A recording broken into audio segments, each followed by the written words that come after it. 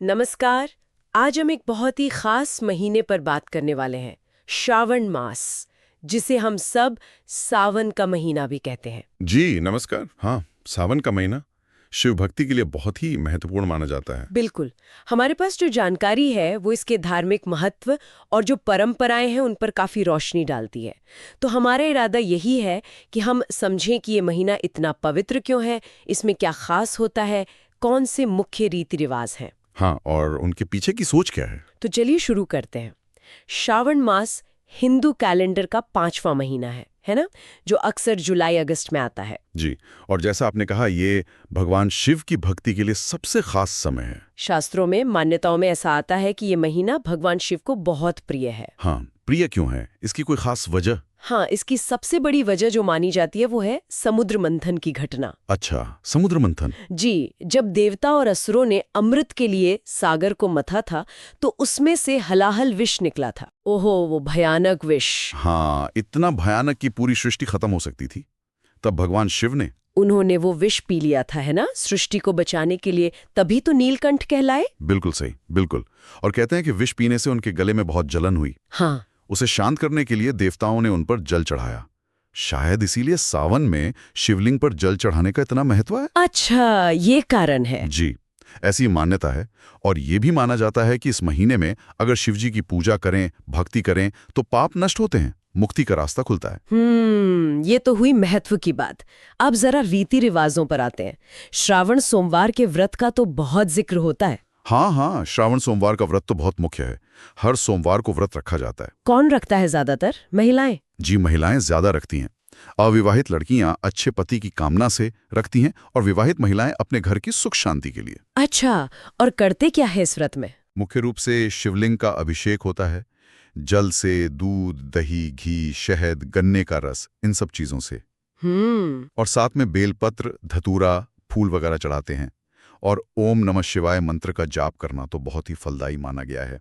और मंगलवार को भी कुछ होता है, मंगला गौरी व्रत। हाँ, मंगला गौरी व्रत ये विवाहित स्त्रियां रखती हैं, अपने पति की लंबी उम्र और सुखी वैवाहिक जीवन के लिए, सौभाग्य के लिए। ये सब तो घर पे या मंदिर में होने वाली पूजाएं हुई, पर एक चीज और है जो बहुत बड़े स्तर पर होती है, कावड़ यात्रा। अरे हाँ, कावड़ यात्रा तो सावन की पहचान बन गई है एक तरह से। ये क्या है असल में? मतलब सिर्फ जल चढ़ाना या और भी कुछ? देखिए, ये सिर्फ जल चढ़ाना नहीं है, ये भक्ति, आस्था और संकल्प का एक बहुत बड़ा प्रदर्शन है। लाखों भक्त होते हैं, कावड़िया कहते हैं उन्हें। हाँ, कावड़िए। वो पवित्र नदियों से, खासकर गंगा जी से जल भरते हैं अपनी कावड़ में, और फिर सैकड़ों किलोमीटर पैदल चलते हैं। पैदल? इतनी दूर? जी हाँ, पैदल चलकर अपने इलाके के या किसी प्रसिद्ध शिव मंदिर तक जाते हैं और वहां शिवलिंग पर वो जल चढ़ाते हैं। बाप रे, ये तो बहुत कठिन तपस्या जैसा हुआ है। बिल्कुल, इसमें शारीरिक सहन शक्ति तो चाहिए ही, साथ में ये दिखाता है कि भक्ति कितनी गहरी है। और इसका एक सामाजिक और आर्थिक पहलू भी है उन रास्तों पर जहां से ये यात्रा गुजरती है। हाँ, ये बात तो है। मतलब ये सिर्फ एक व्यक्तिगत साधना नहीं, पूरा एक सामाजिक फिनोमेना है। अच्छा, इन पूजा पाठ के अलावा कुछ नियम भी होते हैं क्या सावन में? क्या करें क्या ना करें वाले? हाँ, बिल्कुल होते हैं। एक तरफ तो शिव पूजा, मंत्र जाप, सत्संग, पाठ करने को कहा जाता है। दूसरी तरफ कुछ चीजों से बचने को भी कहते हैं, जैसे सात्विक जीवन जीने पर जोर होता है। सात्विक मतलब सादा खाना? हाँ, सादा, शुद्ध शाकाहारी भोजन।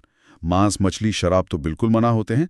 यहाँ तक कि प्याज, लहसुन जैसी चीजें भी जिन्हें तामसिक माना जाता है, उनसे भी परहेज करने को कहते हैं। अच्छा, प्याज लहसुन भी? जी, मान्यता है कि इनसे मन में उत्तेजना या भारीपन आता है, जो भक्ति के लिए ठीक नहीं। तो ये सारे नियम, इनका मकसद क्या है? सिर्फ धार्मिकता? नहीं, इनका मकसद गहरा है। ये आत्मसंयम सिखाते हैं, इंद्रियों पर काबू पाना। अच्छा। देखिए, जब आप खान पान में सात्विकता रखते हैं, कड़वा बोलने से बचते हैं, गुस्सा नहीं करते, झूठ नहीं बोलते, तो आपका मन शांत होता है। हाँ, ध्यान लगाना आसान होता होगा। बिल्कुल, ध्यान भक्ति में लगता है, मन भटकता नहीं। कुछ लोग तो इस दौरान बाल और नाखून काटने से भी बचते हैं। सच में? ये क्यों? ऐसी मान्यता है कि इससे शरीर की ऊर्जा बनी रहती है, संरक्षित रहती है। तो कुल मिला के ये नियम एक अनुशासित आध्यात्मिक जीवन की तरफ ले जाते हैं। ये तो काफी दिलचस्प है। और सावन सिर्फ व्रत और नियमों का ही महीना नहीं है, इसमें त्योहार भी तो आते हैं कई सारे। हाँ हाँ बिल्कुल। सावन सांस्कृतिक रूप से भी बहुत रंगीन है। इसी में नाग पंचमी आती है। नाग पंचमी, हाँ, सांपों की पूजा होती है जी। और नाग तो शिवजी के गले का हार हैं, तो उनसे भी जुड़ गया ये त्योहार। फिर भाई बहन का त्योहार रक्षाबंधन भी अक्सर इसी महीने की पूर्णिमा को आता है। रक्षाबंधन, हाँ। हरियाली तीज भी तो इसी महीने में होती है, जो प्रकृति, मानसून और देवी पार्वती की पूजा से जुड़ा है। और श्रावण पूर्णिमा का अपना महत्व तो है ही। सही बात है। तो ये सारे त्योहार मिलकर इस महीने के आध्यात्मिक माहौल को और भी खुशनुमा और सामाजिक बना देते हैं। बिल्कुल। तो अगर हम संक्षेप में देखें तो सावन का महीना सिर्फ पूजा पाठ का नहीं, बल्कि एक पूरा पैकेज है। पैकेज? कैसा पैकेज? मतलब ये आत्मचिंतन का, खुद को शुद्ध करने का, संयम रखने का, भक्ति करने का और प्रकृति से जुड़ने का समय है। एक मौका है अपनी जड़ों से जुड़ने का, परमात्मा से अपने रिश्ते को और गहरा करने का। तो ये सब जानकर एक बात सोचने पे मजबूर करती है। क्या? कि आज की जो हमारी जिंदगी है, इतनी भागदौड़ वाली, उसमें अनुशासन और शांति के लिए वक्त निकालना कितना मुश्किल है। हाँ, ये तो है। तो क्या ये जो सदियों पुरानी परंपराएं हैं सावन की, ये आज भी उतनी ही कारगर हो सकती हैं? भले हम इन्हें पूरी तरह से न निभा पाएं, पर थोड़ा बहुत भी अपनाएं तो क्या ये हमें वो ठहराव, वो शांति, वो अनुशासन दे सकती हैं जिसकी हमें शायद आज सबसे ज्यादा जरूरत है? ये बहुत अच्छा सवाल है, सोचने वाली बात है कि क्या इन परंपराओं में आज भी वो शक्ति है कि वो हमारे जीवन को थोड़ा संतुलित कर सकें। हाँ, इस पर सोचना वाकई दिलचस्प होगा।